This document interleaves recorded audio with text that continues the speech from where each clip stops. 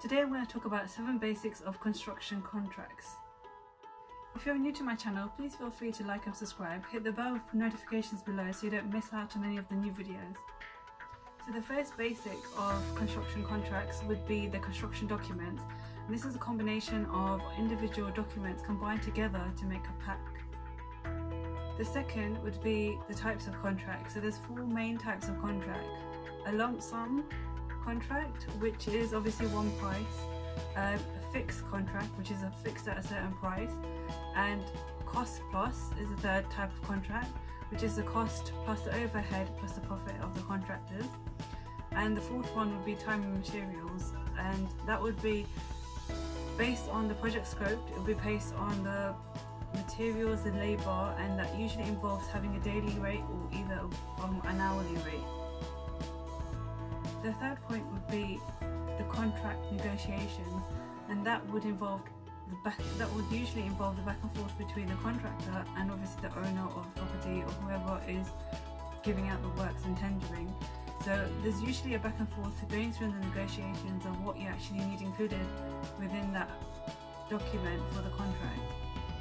So number 4, within basics of making constructual contracts, the fourth point would be to choose whether your labour would be direct labour or whether you will subcontract. Usually within the construction industry, most of the labour workforce is subcontracted through other contractors. You usually would have a principal contractor, then underneath it you would appoint a main contractor. That's usually how most of the construction work is done. Some of the smaller developers and smaller builders, they would have their own labour force. In that sense, it is sometimes cheaper, but you can also have issues with having your own labour force as well. Sometimes you can have people who obviously are not doing a good job or they're not skilled enough, and often when you do subcontractor work, it's obviously having that peace of mind that you would have someone who's qualified to come in and actually do the work. Number 5 would be the actual construction agreements themselves, and this is obviously like when you signed off the tendering and when you actually have confirmed everything through negotiations, you would sign off a contractual agreement, and this obviously outlines everything that's included to be in your contract. The 6th point would be site conditions, and more often than not, you obviously can't predict the weather when it comes to construction, and there's obviously various certainties and uncertainties that you have, especially within weather, what you can find on site. Say if you're doing basement work, there's certain things that you could probably have to dig when you're doing excavations that you might not have factored in your original contract. So you have to account for within your original contract costs any additional costs relating to unforeseen circumstances that you can have a provision for. There could also be delays that you might have to have a float for anything that comes in as risk. You might need to have a constructual float for in order to budget for those kind of extra costs.